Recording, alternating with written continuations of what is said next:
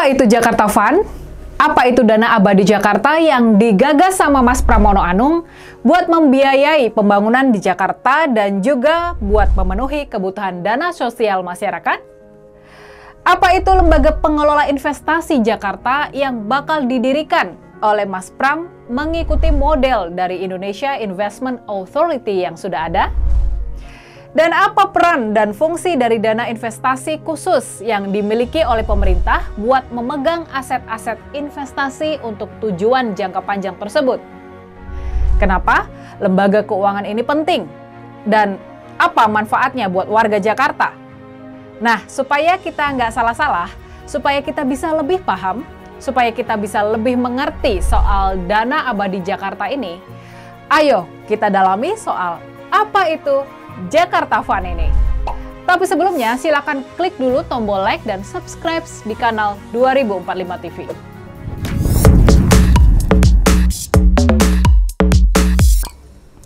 Selama ini pembangunan di Jakarta umumnya berasal dari uang rakyat, berasal dari pajak rakyat. Besarnya sekitar 80 triliun setiap tahunnya. 80 triliun. Itulah banyaknya uang rakyat yang berhasil dikumpulkan setiap tahunnya buat memenuhi segala keperluan Pemprov Jakarta dan juga membiayai pembangunan. Termasuk buat membiayai kebutuhan sosial masyarakat, termasuk juga membiayai sekolah gratis, rumah sakit gratis, dan sebagainya. Kalau kondisi ekonomi sedang baik, pendapatan dari pajak dan berbagai pungutan lain bisa ikut meningkat. Tapi kalau kondisi ekonomi tiba-tiba anjlok, seperti waktu Covid kemarin, anggaran Pemprov pun akan ikut turun. Dana-dana sosial buat masyarakat banyak yang harus dipotong. Nah, buat ngasih variasi terhadap sumber pendapatan pemerintah, bisa dibentuk yang namanya Sovereign Wealth Fund atau dana kekayaan kedaulatan. Ini adalah dana yang dikumpulkan dan dikelola oleh pemerintah yang diinvestasikan dalam bentuk saham, obligasi atau surat hutang, real estate, dan berbagai instrumen investasi lainnya. Karena dana ini diinvestasikan, maka nilai atau jumlahnya bakal terus membesar seiring waktu. Nah, dari keuntungan investasi ini, sebagian laba atau keuntungan bisa dipakai buat membiayai berbagai kebutuhan pemerintah. Umumnya dipakai buat kegiatan-kegiatan sosial, seperti dana kesehatan, pendidikan, pengembangan budaya dan kesenian, pembangunan fasilitas umum, pengembangan olahraga, dan sebagainya. Jadi ke depannya, misalnya saja kebutuhan dana buat kegiatan-kegiatan budaya dan kesenian di Taman Ismail Marzuki, itu bisa meminta dana dari Jakarta Fund. Kebutuhan buat beasiswa kuliah anak-anak berprestasi juga bisa diambil dari dana Jakarta Fund ini. Peningkatan layanan dan fasilitas rumah sakit bisa dibiayai oleh Jakarta Fund. Fasilitas-fasilitas olahraga bisa terus dikembangkan menggunakan dana ini juga. Jadi singkat cerita sih, banyak sekali kegiatan yang bisa memanfaatkan pembiayaan dari Jakarta Fund.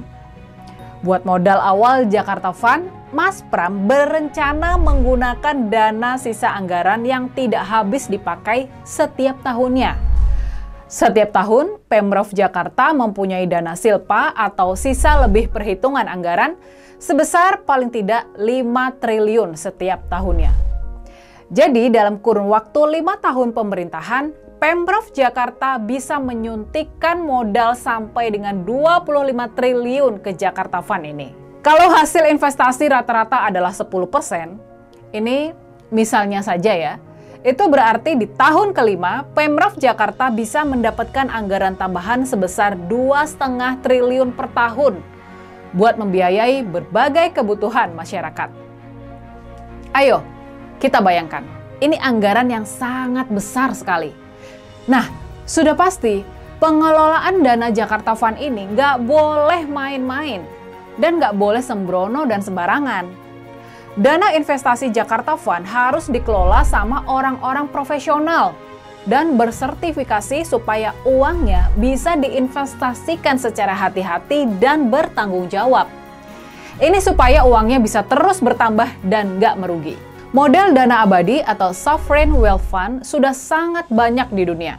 Pemerintah Indonesia sendiri sudah punya Indonesia Investment Authority yang sekarang ini mengelola dana sampai dengan 116 triliun dan mempunyai laba bersih sekitar 16 triliun di tahun 2023 lalu. Dan yang perlu dicatat nih, jumlah pegawai Indonesia Investment Authority ini gak lebih dari 60 orang saja. Di luar negeri yang paling terkenal adalah dana abadi pemerintah Norwegia. Mereka punya aset sekitar 1 triliun dolar Amerika atau sekitar 16.000 triliun rupiah. Dana ini awalnya dikumpulkan dari keuntungan eksploitasi dan penjualan minyak mereka yang kemudian diinvestasikan di beragam instrumen investasi. Lalu ada juga Abu Dhabi Investment Authority yang mempunyai aset 800 miliar dolar atau sekitar 12.000 triliun. Makanya nih kalian gak usah heran kalau banyak orang sangat pengen akrab sama Sheikh MBZ, sama Sheikh Muhammad bin Zayed Al Nahyan dari Uni Emirat Arab. Dia ternyata punya dana investasi sejumbo itu. Di urutan ketiga dunia soal Sovereign Wealth Fund ada China Investment Corporation. Mereka mengelola aset sebanyak sekitar 800 miliar dolar atau sekitar 12.000 triliun juga. Hampir sama dengan dana yang dimiliki oleh Abu Dhabi Investment Authority. Negara tetangga kita, Singapura, juga punya Government of Singapore Investment Corporation. Mereka mengelola dana sekitar 350 miliar dolar atau sekitar 5.600 triliun.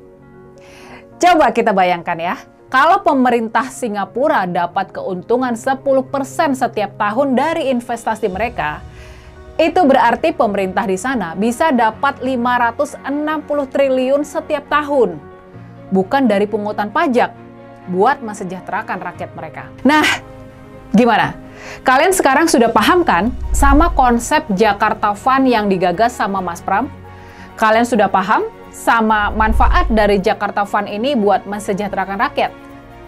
Ini benar-benar ide yang dahsyat kan? Ini sama sekali bukan ide yang main-main dan bukan juga ide yang ecek-ecek. Ini bukan ide yang cuma imajinasi belaka. Ini adalah ide yang sangat mungkin buat dijalankan. Jadi gimana? Masa sih kalian masih ragu buat milih Mas Pram? Jangan lupa tulis pendapat kalian di kolom komentar.